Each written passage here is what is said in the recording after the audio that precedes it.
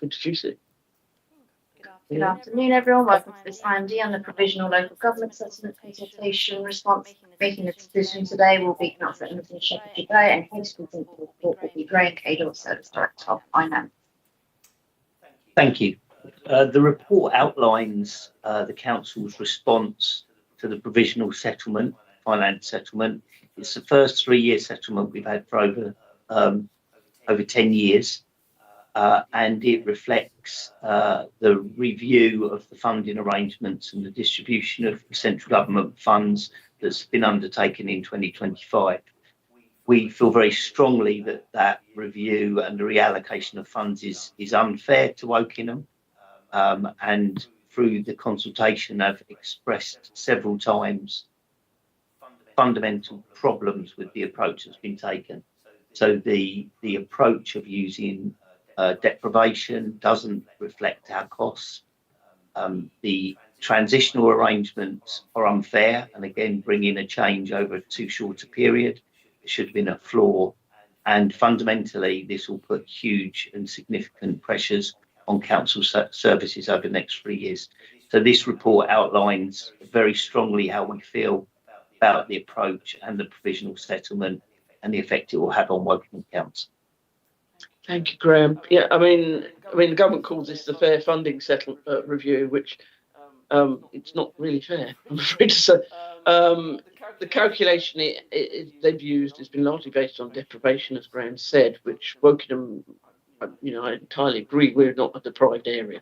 But it means that we've lost over 43 million in our revenue over the next 3 years as a result of this fair fund. And I don't see how disabled children here are any less needy than disabled children anywhere, or disabled adults and people we have to look after and the services we have to provide. We still have to cut grass, we still have to fix potholes on X amount of roads. But why are our elderly people and disabled children getting less from the government share of the government pot? Because they have to live in an area that's where people are better off. And it doesn't make sense that we've had to lose just over 43 million. And it just didn't really come up with a properly educated approach. It doesn't look at the cost of living around here, in terms of employing staff and people to do the work that we need them to do. There's no consideration that it's obviously more expensive to hire people here than it is in other parts of the country. But none of that is taken into consideration, and we are then even more heavily dependent on our council taxpayers to fund the difference. And there's absolutely no way that our residents are not going to notice this, and we're going to have to make some extremely hard decisions in order to balance the books over the coming years. And that's really sadly what it's about. It does mention in the report the dedicated schools grant, which we know the government is doing some things to try and rectify that problem, because we've got one of the highest levels of special needs children in the country, and consequently a very high amount of outstanding money for supporting them. The government is going to try and do something to support that, but whether it will not have a hugely significant effect on what our budget looks like over the next 3 years. It might have a bit, but we don't know yet.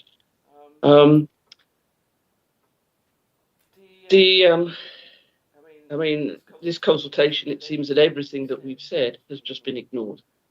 Nobody's listening to Wokingham just because we're considered to be a well-off area. And I'm aware that Royal Borough of Windsor and Maidenhead, who are receiving exceptional financial support, exceptional financial support at the moment, they were rated worse than us, I believe, and it just doesn't make sense. It doesn't look at the individual circumstances of each council and what this will mean to them, and it leaves us with problems that we have to solve, and particularly councils in the southeast seem to have been hit quite hard by this. I don't know if you want to say anything else. No, there were some changes that were made to the approach off the back of the 2 consultations but none of them were around the areas we highlighted. So some other councils did see late changes and improvements, but as you say, issues particularly around the nature of some of our costs, the level of the costs that we impact, and the speed at which that money is being taken away have not been addressed. And our request for a floor, for instance, that would help protect services and allow us to manage through some of those changes have not been introduced, which is very disappointing. While I accept that we've been a relatively well-off council, this is way beyond anything that we've seen before, and it's going to cause us some significant problems, just because some people think that we've got more money to share out. We really don't. It's not fair to say, you know, a disabled child here should have less money than a disabled child anywhere in the country. So, just trying to think if there's anything else we would say. I mean, obviously it's a series of questions, and it's got the council's responses to it. You know, we're not expecting anything to change. The other thing that wasn't taken into account or changed was increasing the flexibilities the council had to raise monies. Right. So things around the level of council tax, some of the discounts, ability to raise income, they weren't reflected or amended. So obviously funds are being taken away, and then some of the methods we may have to address that and protect key services are not being supported either. No. The biggest area that I think that we've been hit by is our business rates. I mean, we only get to keep 6% of our business rates, which has gone down significantly. I think it was 16% last year.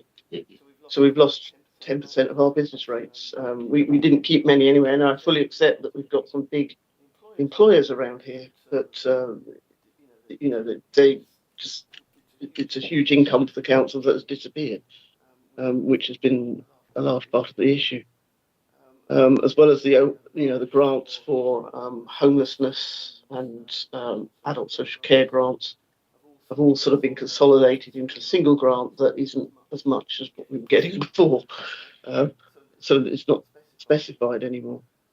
But you know, if you're dealing with homeless people, it shouldn't matter.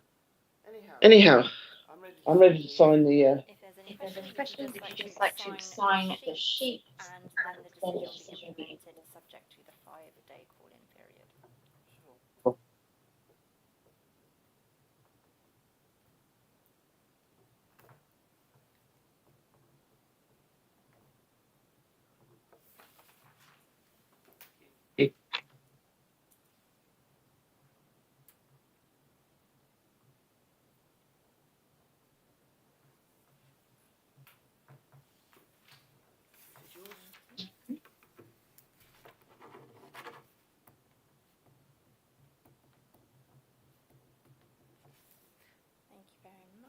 Thank you, everybody. End of the meeting.